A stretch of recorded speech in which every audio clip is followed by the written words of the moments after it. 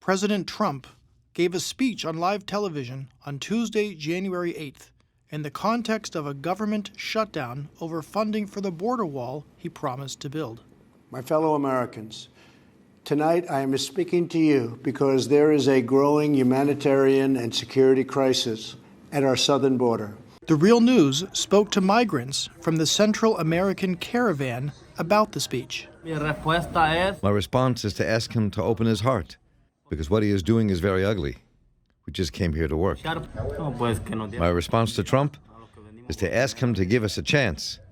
Some of us are fleeing gang violence by the maras, and all of that.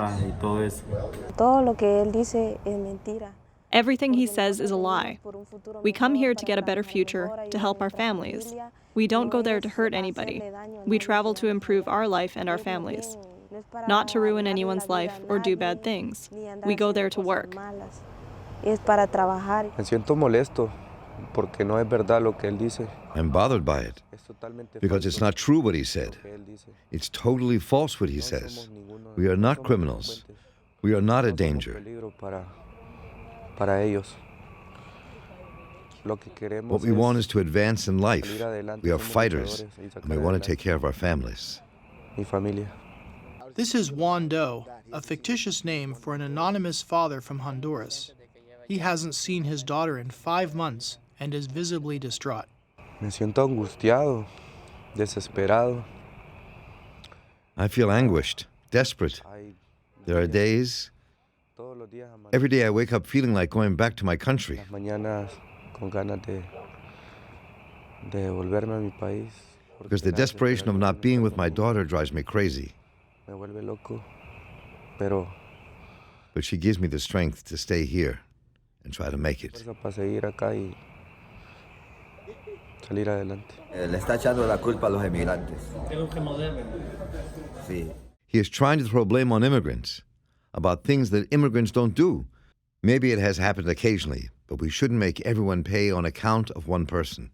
I think that all this caravan thing is a political play from Honduras and the rest of the countries all the way north to facilitate that 30% of the wall that Donald Trump wants. Mover un 30% del muro que tenía Donald Trump. Hate the people on the outside. This is a humanitarian crisis, a crisis of the heart and a crisis of the soul. Last month, 20,000 migrant children were illegally brought into the United States, a dramatic increase. Robert Vivar is a U.S. veteran whose son is currently on active military duty. He took exception with President Trump's words.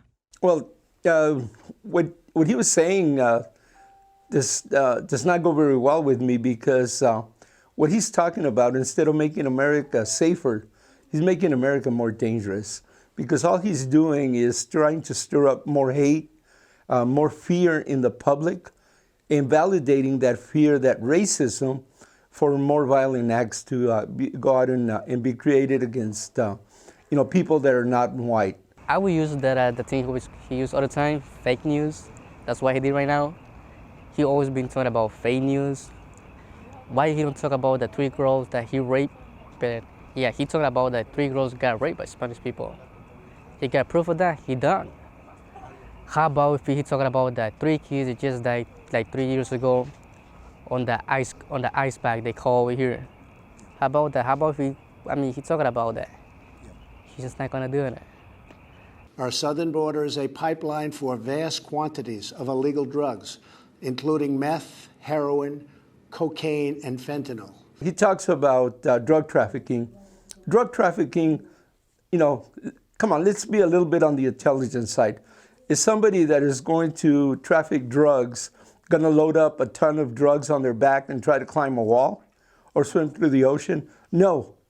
They're going to get on an airplane, they're going to hire an airplane, and they're going to fly those drugs right into an airport, and they're going to go through customs, and they're going to be set free. So that's just fear mongering. Besides that, does a regular, drug runner, drug trafficker, can he afford to, to traffic drugs into the United States? Let's look at the problem. Who is it that is behind this drug trafficking? The bankers, major business people? We all know that our country has games and all that, but of course we know that that MS-13 or whatever you want to call it, yeah, they do a lot of bad stuff over there. We know that, but we all know that United States doesn't. We got more people killing over there by the police, not by the gang. That's right. That's right. If you're Spanish people or black guy got killed, nobody said anything. But how about if an American white dude got killed? Of course, they're gonna blame everybody. They're gonna blame Spanish people, black people, Muslim. They're gonna blame everybody. But why when a Spanish or black or Muslim got killed, they're not talking about that? That's right.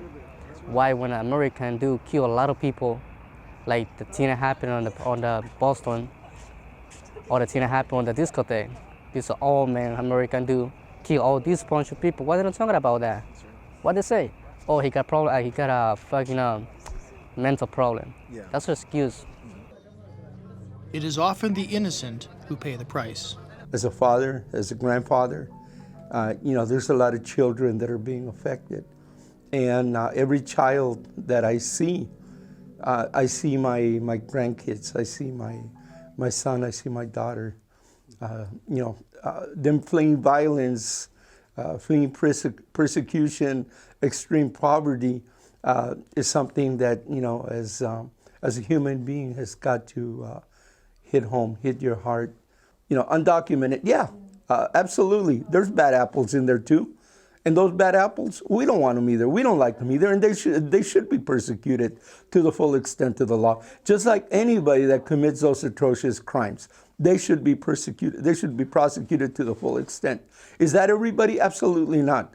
If we want to talk about violence, why doesn't he talk about all the school children that were murdered, that were massacred by his gun-toting, hate-filled racists in the United States? En nuestro país hay mucha delincuencia y a la vez. In our country, there is a lot of crime, and sometimes you get threatened even if you didn't commit any crime. Delitos uno y entonces por eso es de que nosotros, o sea, guardamos. And that is why I protect my face, because if we go on TV or anything like that, they will be watching, and that would be bad.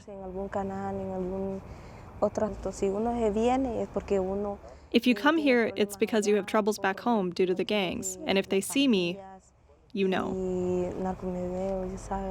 And if I got the chance to have him face to face, I would like to ask him, like, not open the border, but at least, like, take care of all these cases of these people have been deported. When I was in the detention, I met 3 guys that I know if this guy got deported, they will get killed, and they're dead by the time already. Because when I was there, I heard the first one got deported. A day later, he got killed. The second one got deported 2 months ago, at the same time with the other 2 friends that I met over there, and both of them got killed at the same time when the riots were on their country. With the federal government shut down over the $5 billion President Trump has requested from Congress to construct the wall, and Americans as polarized as ever, the only thing that seems to be clear is that more refugees and migrants on both sides of the border will continue to suffer. Follow The Real News for more reporting on the issue.